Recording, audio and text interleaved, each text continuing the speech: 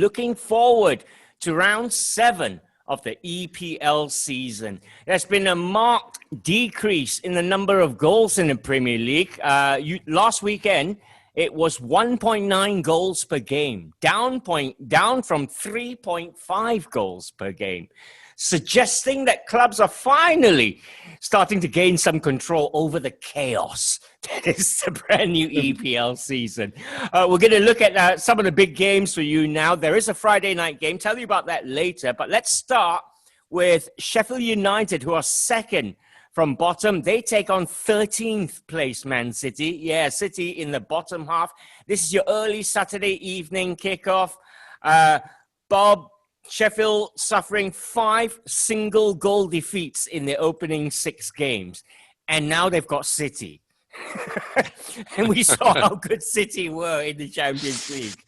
Poor old Sheffield United. Yeah, they were favourites to go down last season until they defied logic and actually flirted with a place in Europe for a while. But this season, it's looking as if they are relegation candidates. I somehow think that they'll scrape by because I think their manager, Chris Wilder, is a very astute cookie. And Keish was talking about in-game management earlier. Wilder can do that. I think that's a real test of a manager. He can adjust. I mean, we've not seen so much of the overlapping centre backs as we did last season, and which is a bit of a surprise because I think the way the attackers have been playing, they could do with some overlapping, but because their problem is they just can't score. And they've taken a gamble with Ryan Brewster from Liverpool. They've actually bought him, £23.5 million. And he looked completely out of sorts on his debut at Anfield. Debut for Sheffield United. Of course, he's played at Anfield before. But I don't know whether he was just overawed because he was playing against Liverpool or what. But to invest that kind of money on a youngster who's hardly played in the Premier League. I mean, he did okay in the Championship, playing for Swansea on loan. But the Premier League is a different kettle of fish. And to be relying on him to get your goals is a big ask. I hope, for his sake and Sheffield United's sake, that he does come good. He may just need a bit of time. But really, they have this terrible problem of not being able to score. Their defence isn't bad. Their keeper's not bad. I think they replaced Henderson quite well with Alan Ramsdale from Bournemouth, who's a Sheffield boy anyway. He's not let them down. But when you can't score, the pressure just builds. Even if your defence is playing well, the pressure builds. You never get that goal to relieve it, and eventually you concede. And that's what's happening to Sheffield United. Well, that's why it's always one goal. That's the difference for them. So it doesn't look good. And I think they're going to rely heavily on the wits of Chris Wilder coming up with some sort of formation. And maybe once he's settled in, Brewster will find his shooting boots. But I think they're looking at Fulham and West Brom and maybe another club and thinking, well, we're better than them, so therefore we can stay up. But they've got to score some goals to do it. They do. And it's a big ask against this Man City side, with or without a striker, Keish. If Riyad Mahrez either scores or assists in this game, that would make it 100 goal involvements in the Premier League. And he will become only the 6th African player to do that. That's no mean feat. Yeah, I was having a discussion with a friend the other day about Riyad Mahrez and whether he has completely fulfilled his potential as a player since leaving Leicester. Because obviously at Leicester, he was looked at as this individual who was taken the Premier League by storm at that point, a couple of seasons, playing really well. But then that move to Man City was supposed to be the step up, where it was about seeing whether he could cope at the highest level. And when you look at this at the stats, the thing about Mahrez is it's super easy to be deceived by the fact that because of the wealth of talent available at Man City, it is very easy to look at Mahrez and say that, oh, he's a super sub. Pep doesn't trust him as much. He's not a compelling player.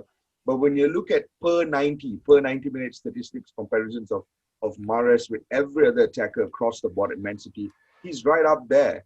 Over the last 3 seasons, he's been super consistent in a lot of these metrics, and he's right up there with your Sterlings, with your Bernardo Silvas, with your Kevin De Bruyne's as well when it comes to creating chances. Mahrez has dramatically improved as a player. We just don't see the glaring, obvious part of it because he's in a team like City, where there's so much of quality all over the park. Yeah. So one player being impressive is not exactly an impressive thing when you've got Kevin De Bruyne 5 seconds later pinging a pass halfway across the pitch, playing that diagonal. But Mahrez has been great. And I think this year, with your Gabriel Jesus's and your Sergio Aguero's struggling for fitness, a player like Mahrez becomes even more important. All right. Well, it's a 7:30 p.m. kickoff on Saturday evening. Sheffield United in 19th against 13th place Manchester City. Second place Liverpool entertain 12th place West Ham. This one is at Sunday, 1:30. So your late Saturday game. Bob, Liverpool looking to win their 4th game on the bounce in all competitions. You'd expect the big guns to return for this one, not start on the bench. But yeah, I mean, let's not talk about West Ham yet. Liverpool, defensively, what do you think they're going to go with at the back? Would you go with Henderson, Milner, or one of the young kids? Well, I think the Liverpool have actually had a bit of good news. And I don't just mean that Fabinho is not as serious as first feared. I mean that Antonio is not going to play for West Ham. And I think that will be a big factor in Jurgen Klopp's thinking. I was dreading that, thinking of the havoc that Mikel and Antonio could cause a raw fledgling Liverpool central defence, whoever he decides to pick. But he's not playing, he's out for a month. So I think Jurgen Klopp would have breathed a huge sigh of relief at that.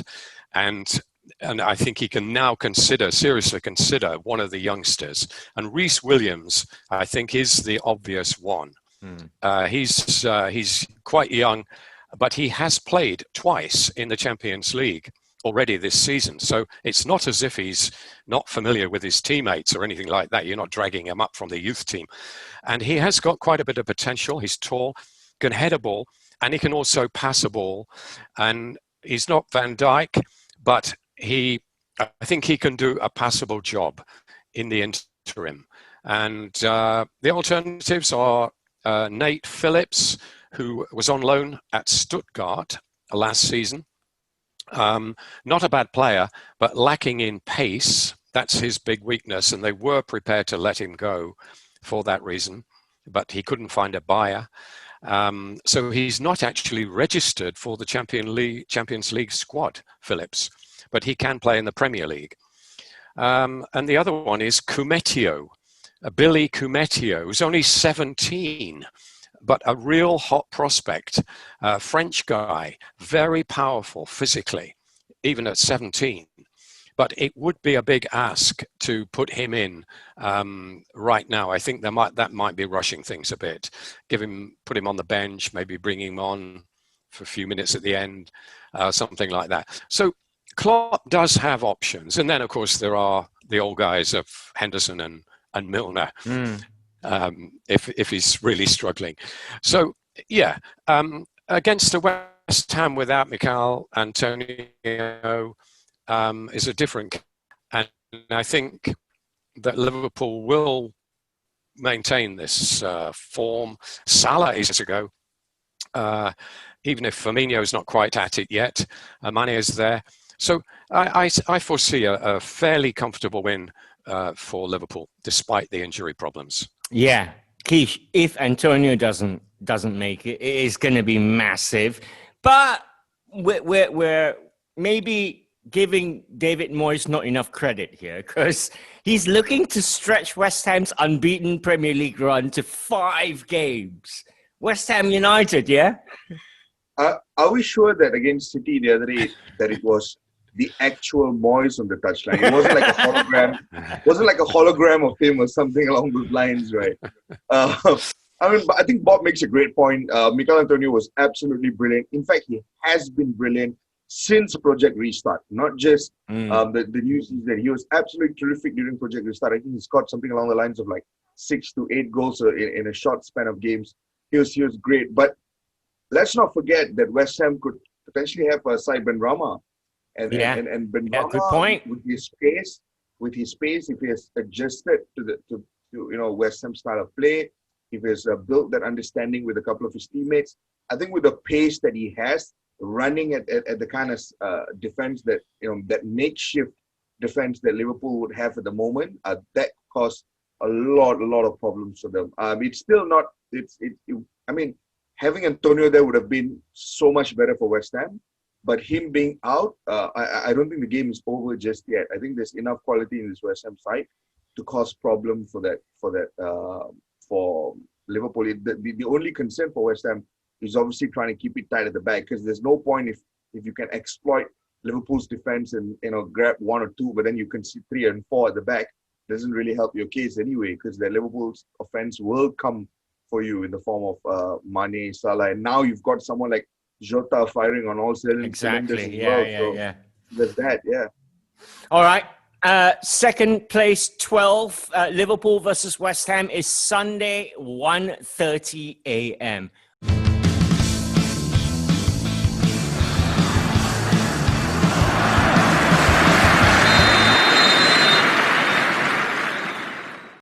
Aston Villa against Southampton is 3rd versus 7th. This one is a Sunday, 8 p.m. kickoff.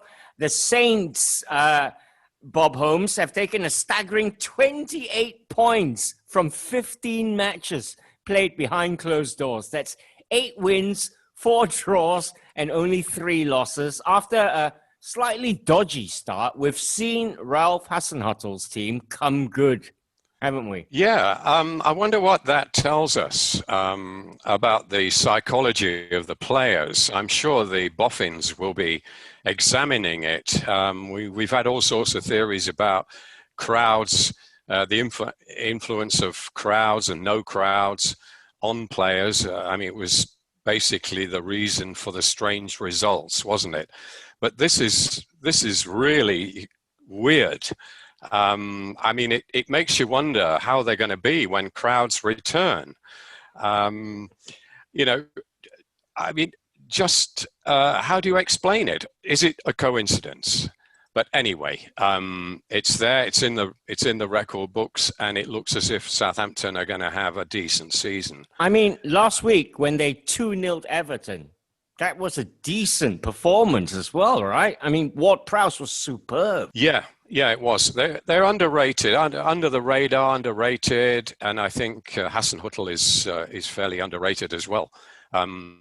He is getting the credit now. I think people realise that he is quite something, and to recover from that 9-0 drubbing by Leicester, I mean, that was a low point, and most clubs would have sacked the manager and sacked the tea lady as well, but they stuck by him. And since then, they've got a very, very good record. And I mean, I don't think they're quite good enough for the Europa League qualification, but they're certainly going to be mid-table. They'll have no worries about relegation. And they've got Danny Ings.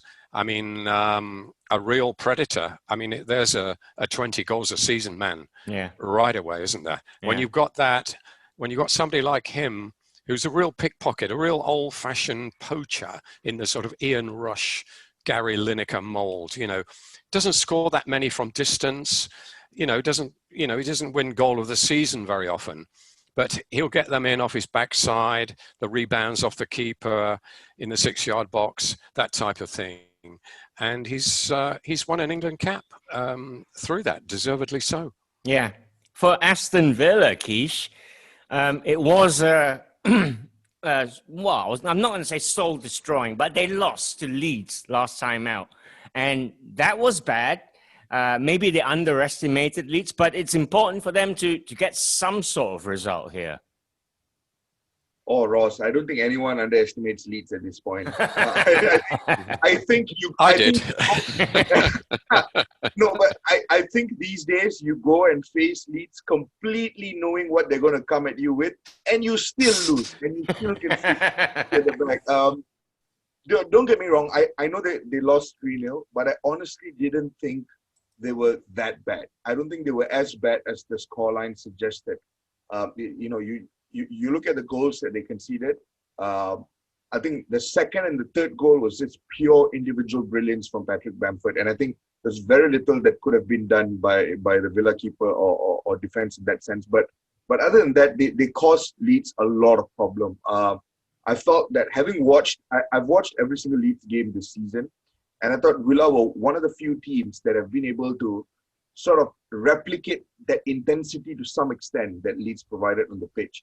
And they had a go at Leeds as well every now and then. They just couldn't convert chances on the other end. So all is not over. I think Dean Smith would have looked at that game and said that, yeah, we conceded 3 goals, we lost this game, but there's a lot to still be proud of about the performance. And it's about just, learning from that, pushing that result completely aside, and still reminding themselves that they've got incredible players within the team, and they've got a group of players that can really push other sides as well. This should be a really good game because, like you pointed out, Southampton are on a roll as well. And Hasenhüttl, he's one of the most underrated managers in Europe. Don't forget he came from Leipzig as well. And if you have coached Leipzig at any point in your career, then it's like essentially a seal of approval from the gods of data analytics out there that you're one of the best in Europe.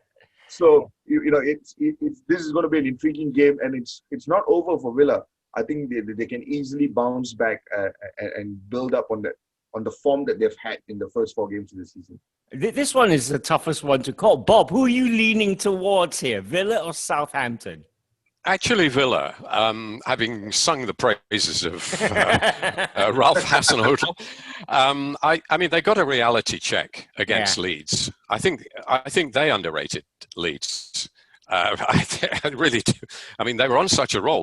They were 100%, the only team in the Premier League to have a 100% record when they met Leeds. And I think they had delusions of grandeur, being top of the league and all that. But I think that Villa are quite a good side.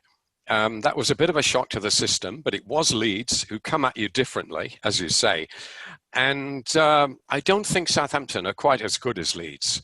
I think after digesting what happened against Leeds, taken the medicine and absorbed it all, I think you'll get back to seeing Jack Grealish running the show, and Barclay and McGinn in a big supporting role. And I think they'll just have the edge. All right. Aston Villa against Southampton is Sunday, 8 p.m. That one kicks off. Newcastle in 14th take on top of the table Everton. It's a Sunday 10 p.m. game, that one. Now, the Geordies drew 1-1 at Wolves last week. And Keish, we saw Everton lose for the first time this season to a buoyant Southampton, whom we just discussed. Well, they need to get back to winning ways. They don't want it to fall flat, Everton, do they? Yeah, if you juxtapose Everton's performance against Southampton and then you compare it with Villa's performance against Leeds, I thought it was more of a concern to watch Everton. I felt they were completely stopped in their tracks. It almost looked like Project Restart version of Everton, where they were struggling for a bit of ideas on the pitch, despite having everyone there, like your James Rodriguez was playing. You had Calvert-Lewin up front. It almost felt like they were just struggling to create the chances. And it's not an overstatement to suggest that by this point teams would have figured out the kind of positions that James tends to take up on the pitch. He likes to operate down that right, and when he has someone like Doucouré playing very close to him. He can play that quick 1-2s. He can create space for himself. But that's exactly what he's been doing in the first few games of the season. And I thought against Southampton the other day, they completely blocked that area off, and it caused a lot of problem because he was struggling to find space. Now, the key for Carlo would be to see how to add variety into the system, because the first few games of the season, he's had a system that has worked, and he has not had a need to alter that system because it's been working and no one, found a way to kind of stop it. But Southampton have, and it's about seeing if they can bring in a bit of diversity, a bit of variety into their systems. But this is going to be a difficult one because you know what to expect out of Newcastle. They will sit deep. They will put men on the ball. They will defend in a really, really, really low block. And it's not going to be easy to get goals past them. And Everton could do really well to bounce back, but it won't be an easy game. Yeah, the biggest headache for Ancelotti here is both fullback positions. Digne is suspended for this one. Now, right back last week, we saw Ben Godfrey. To be fair, it's not his position. He's a centre back. He was asked to play right back. Yeah. There's a call now for John Joe Kenny, Bob Holmes. John Joe Kenny had a decent stint at Schalke last season in the Bundesliga. But he's going to be going up against Alan Saint-Maximin, who tends to like to hang out along the left wing. So it should be interesting.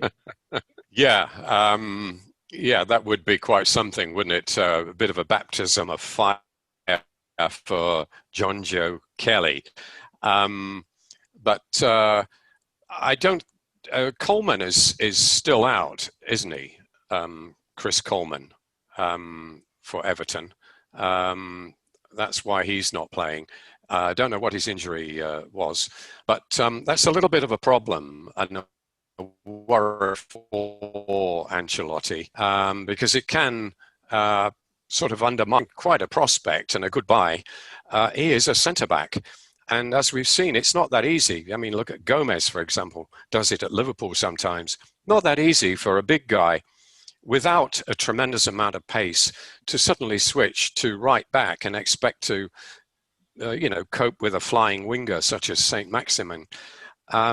So Newcastle, they've got possibilities here. I'm sure that Steve Bruce will be thinking that this is a game they can win. And if they do, this is going to dampen all this early season hype about Everton. But Everton, I think, are better than they used to be. Yeah. I mean, they deservedly lost that game to Southampton, and it was a reality check for them. But I still think they're a decent side, and I think they'll have Richarlison back for this, won't they? If so, they'll have all their big guns, apart from Digne. I mean, Digne is a defender, but he is one of their better players. Calvert-Lewin will still be there. So I think Everton have got a reasonable chance here. I think they'd take a point probably at this stage. But this could be a very interesting game, and we'll see really what Newcastle are like. Because, as I say, they will sense that they can get 3 points here. All right. 14th placed, top of the table. Newcastle against Everton is Sunday, 10 p.m. Man United in 15th, bottom half, take on Arsenal in 11th, also bottom half. This one is your Sunday night, Monday, midnight kickoff. I mean, United, I don't know. What will Solskjaer do for you now, Keish, after all the tactics in the Champions League? Is he going to revert to the same for the league games?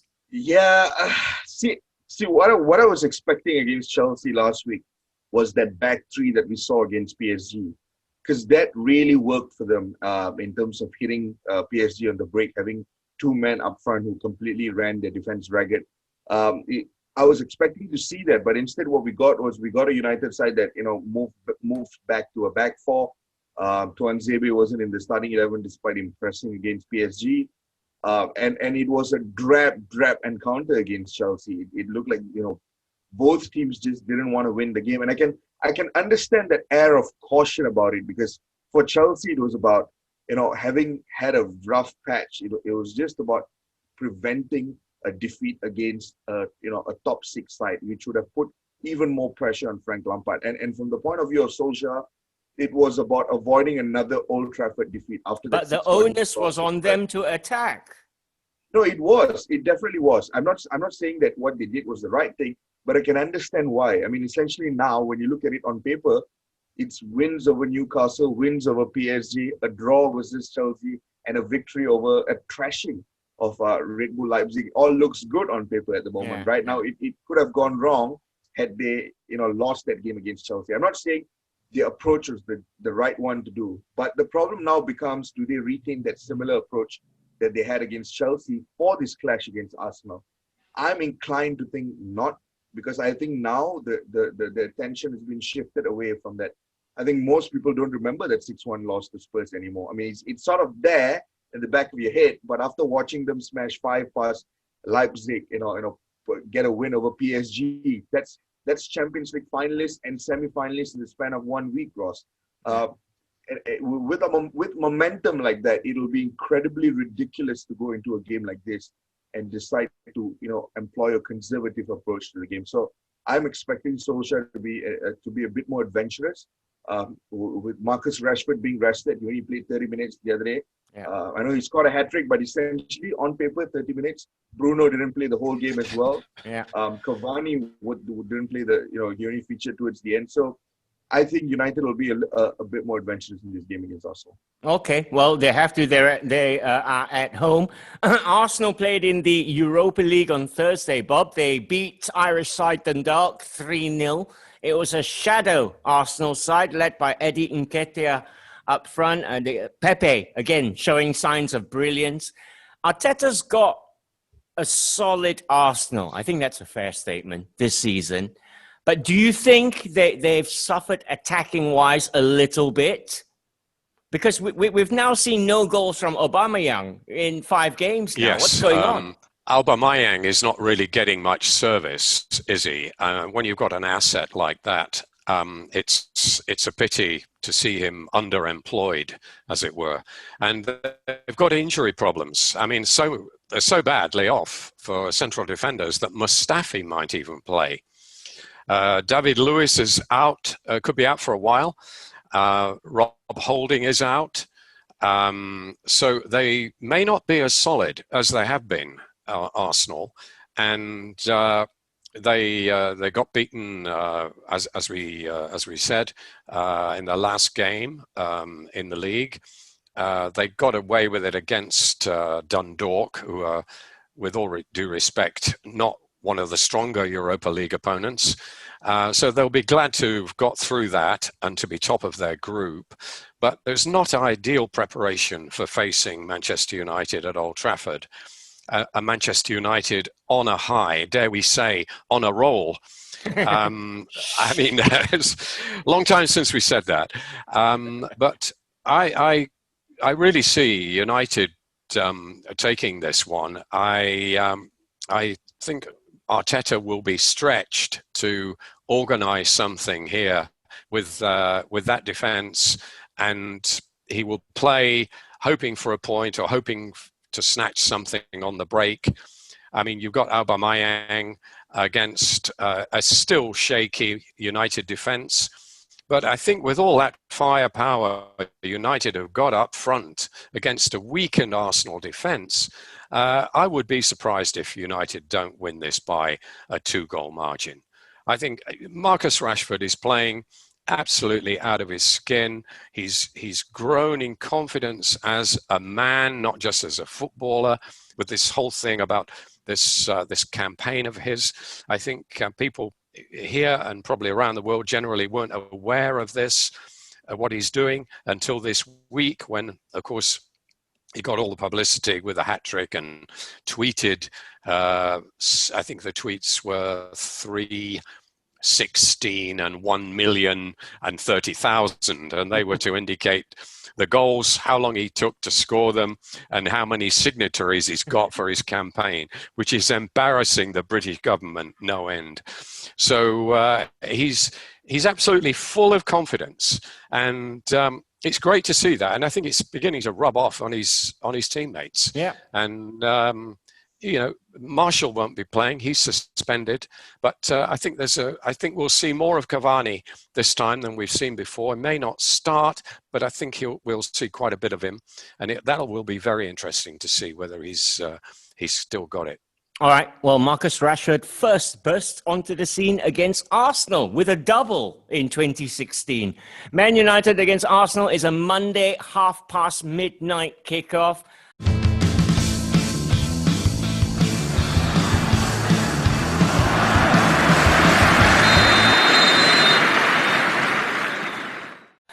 Tottenham take on Brighton, Monday, 3:15 a.m. this one. Quiche, Spurs were beaten in the Europa League on Thursday night. They lost 1-0 at Antwerp. It was a shadow Spurs side, and immediately Jose Mourinho came out and said, I think I know who my players are. And you know what I mean? Almost ominously wearing a black cape with his cane and stuff. But he doesn't trust the reserves much. I mean, it's so strange to be looking at this Spurs lineup and say that it's a shadow Spurs lineup. It's a reserve Spurs team. I mean, you look at that front three, Ross. There was Gareth Bale, Steve Bergwijn, and there was Vinicius. How is that reserved by any category? I mean, these are three huge signings for Spurs, and a lot is expected out of them. And it's not like they were up against a European powerhouse either. I mean, they were up against Royal Antwerp, who play in the same league as Lukman Hakim does, the Belgian Jupiter Pro League. I think a lot more is expected out of them in that game, and it's fair to say that they look drab. They struggled to create chances in the final third. I think there were only glimpses here and there of the combination between Gareth Bale and the other front two. There's still concerns over the fitness of Gareth Bale. I don't think he's completely up to the mark yet. He's showing glimpses of it here and there. But his attitude is good. His attitude is right. Yeah. He looks like he wants to be a part of it. Yeah. And that attitude is, for the first time in a very long time, we're seeing it in him as well, that desire to want to do well at club level. I mean, so it's great. In that sense, it's great. What's concerning is, despite having that wealth of talent in the final third, they weren't able to create much against a side like Royal Antwerp. And I mean, make no mistakes, when it comes back to Brighton on Monday night, it's business as usual. You have your Sons back on the pitch. You'll have your Harry Kane starting again, and it's business as usual. And we expect to see Spurs, at full force. But games like this against Antwerp don't help, especially when you're on a good run of form, when you're doing really well, when there's a lot of expectations on you, and to go to the Europa League and to lose the way they did, especially for Ben Davies as well. He's under pressure with Reguilon coming in and taking his spot instantly in the starting 11. And to make a mistake like that doesn't bode well, because Reguilon will be looking at that and say, hey, this is exactly why I'm here. Yeah. Good point. Brighton, Bob, we've already said how unlucky they've been this season, despite playing well and losing. But having said all that, their away form is 1 defeat in their last 10 away Premier League games, 3 wins and 6 draws. I mean, for them, if they can pull off a draw here at the new Spurs Stadium, it would be massive for them. Yes, it would. Brighton, we always thought of Brighton as being a home team. At one time they had a decent record at the Amex, even when they were really struggling. But since Graham Potter took over, he sorted out the defence, so they're quite formidable. They need that many, but they don't score enough goals.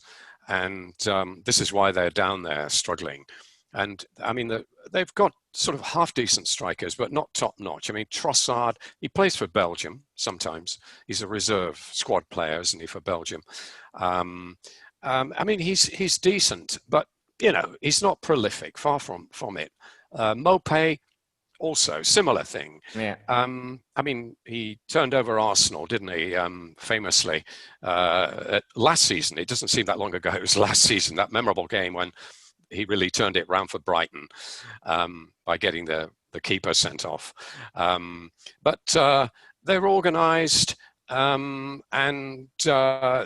quite decent to watch, but they haven't got the firepower, and that's why they're going to struggle.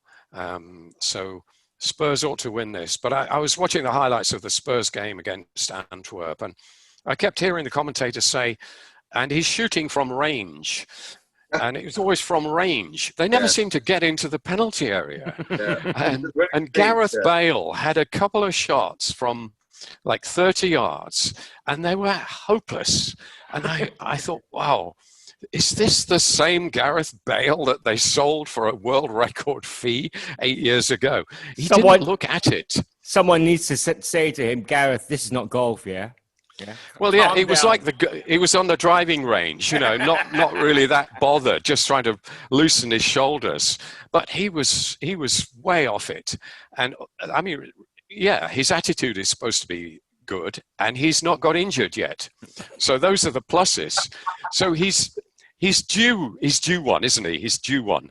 I mean, this could be the game, I suppose, when he'll score a hat trick or something. All right, Spurs versus Brighton, Monday, 3:15 a.m. kickoff. Now, Leeds United in 6th take on Leicester City in 4th. This one is Tuesday, 4 a.m. This one kicks off. I am reading, Keish. I understand Captain Liam Cooper might be available for Leeds. He's been missing, but they've not missed him at all, which is saying... Exactly, which is saying something about how well Bielsa has done, and how everybody, including pundits and ex-players, have all really underestimated him. Yeah, I mean, the Gabby Agbonlahor tweet last week. I mean, don't get me wrong, I love Gabby. I think he's a great character as a pundit. I think he's brave enough to say a lot of the things that people don't want to say. But sometimes I think he crosses a line when it comes to making statements that can sound a bit unreasonable. When he went and said that Bielsa, or rather Leeds United under Bielsa, are a myth, and that Villa will just completely expose them. And what we saw on the pitch was the complete opposite of that. Leeds United completely exposing Villa as a myth. I mean, I'm not saying Villa is a myth. Don't quote me on that. But essentially, yeah, it's difficult to look at this Leeds side and not admire them, Ross. It really is. I can't remember. I mean, I'm not very old, but I can't remember of a time. Paul was sniggering at the back. I can't remember of a time when a side has been promoted from the Championship and have just dominated the way Leeds have. I can't think of any team that have done that before. I can. Of course you can, Bob. Yeah. Do you want me to say? Do you want me to tell you who they were? Go on, Bob. Go ahead. Go on, Bob. Yeah. No, I'll keep it a secret. I'll let the listeners and the viewers look it up. Yeah, no, but Leeds have been absolutely brilliant. And it's all credit to Bielsa. I think one of the great things that he's been able to do is because he works very closely with Victor Orta, the sporting director, in identifying signings using data and using numbers. They make sure that players that arrive at the clubs are more often than not, if they're not, number one, suited to the style and intensity, then number two, they have the mentality to want to adapt to that style of play. And that's what you just said Liam Cooper is coming back, but it doesn't seem like they have missed them. Mm-hmm. If we're talking about the Championship last year and Liam Cooper was out, they would have instantly missed him. Yeah. But this year, because they've been able to bring in players like Robin Koch, because they've been able to bring in players like Diego Llorente, and a lot of these individuals have looked completely, at home at the heart of that Leeds defense. And the same goes with Rodrigo Moreno up front as well. I was looking at a statistic a couple of weeks ago. He is, in terms of pressing, he is pressing just as much as Patrick Bamford does. And that clearly shows you exactly why Leeds wanted to go for him, because they needed a carbon copy of Bamford if Bamford wasn't able to do that. And now you've got both of them at times playing up front and pressing opposition defenses. So it's terrific to watch Leeds United. And I think they're going to cause Leicester a lot of problems here, especially given that Leicester had that midweek adventure. Yeah. Well, Leicester won away in Athens 2-1. They top Group G at the moment. Jamie Vardy, again, amongst the goals for them. He's 33, Bob. If Jamie Vardy doesn't turn up for Leicester, they generally fire blanks. That's a credit to Vardy, really. It is. I mean, he's not actually getting an awful lot of minutes. I mean, he's coming on as a sub. He's not completely fit, and he's sticking away the penalties, but they all count. And he's a valuable asset. As long as he's on the bench, as long as he's available to come on, Leicester have always got hope, because you've always got the chance of Vardy nicking one in the last 15, 20 minutes. And it's a great thing to have, and he seldom lets them down. But I think it's a bit worrying for their fans and Brendan Rodgers when they're so dependent on him. I mean, they haven't really got anybody else. I mean, Iheanacho was supposed to be that, and he is, I suppose, the number 2. He's like an old-fashioned poacher, doesn't do a lot else. But he's not quite cut it, has he? That's why Manchester City let him go. Not quite good enough, I think, the top level. So, yeah, what they're going to do when Vardy retires, I don't know. They're going to have to go out and get somebody, aren't they? But just getting back to Leeds a bit here, if we've got time. It's Moneyball, isn't it? Yeah. This much maligned Moneyball. Well, it was maligned at one time. It seems to be working, because most successful clubs are doing a variation of it. Liverpool certainly are. Let me just jump in there, Bob. You say a variation of Moneyball. I understand instead of looking for an assist, they look at the guy who made the pass before the assist now, and things like this. So it's so interesting, isn't it? Yeah. And I mean, look at Brentford. I mean, they've really taken it to another level. And I mean, they didn't have much money, and yet they were knocking on the door. They've been knocking on the door of the Premier League now for 2 or 3 seasons, and combination of bad luck and what have you, they've not quite made it. They probably would have been better than Fulham, actually, if they'd gone up. I think, looking at Fulham now, I'm sure Brentford would have made a better fist of it, and they might have been able to hang on to some of those players that they've sold, notably Ben Rama and who's the guy that went to Villa, Ollie Watkins. You imagine what they'd be like if they'd gone up and had them. But I think Brentford sign players on the promise that they will be let go.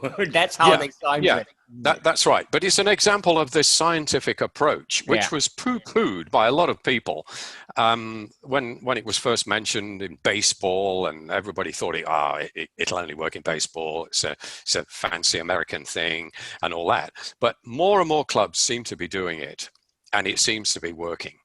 I mean, you don't have to 100% follow that the original format, but some sort of variation on it, definitely. And that's what Leeds are doing. Mm-hmm. All right. For Leicester City, I understand Ricardo Pereira is back in training. He is massive. He's been missing for a long time. This game may come too soon for him. Leeds United against Leicester City, 6th versus 4th. It's a Tuesday, 4 a.m. kickoff.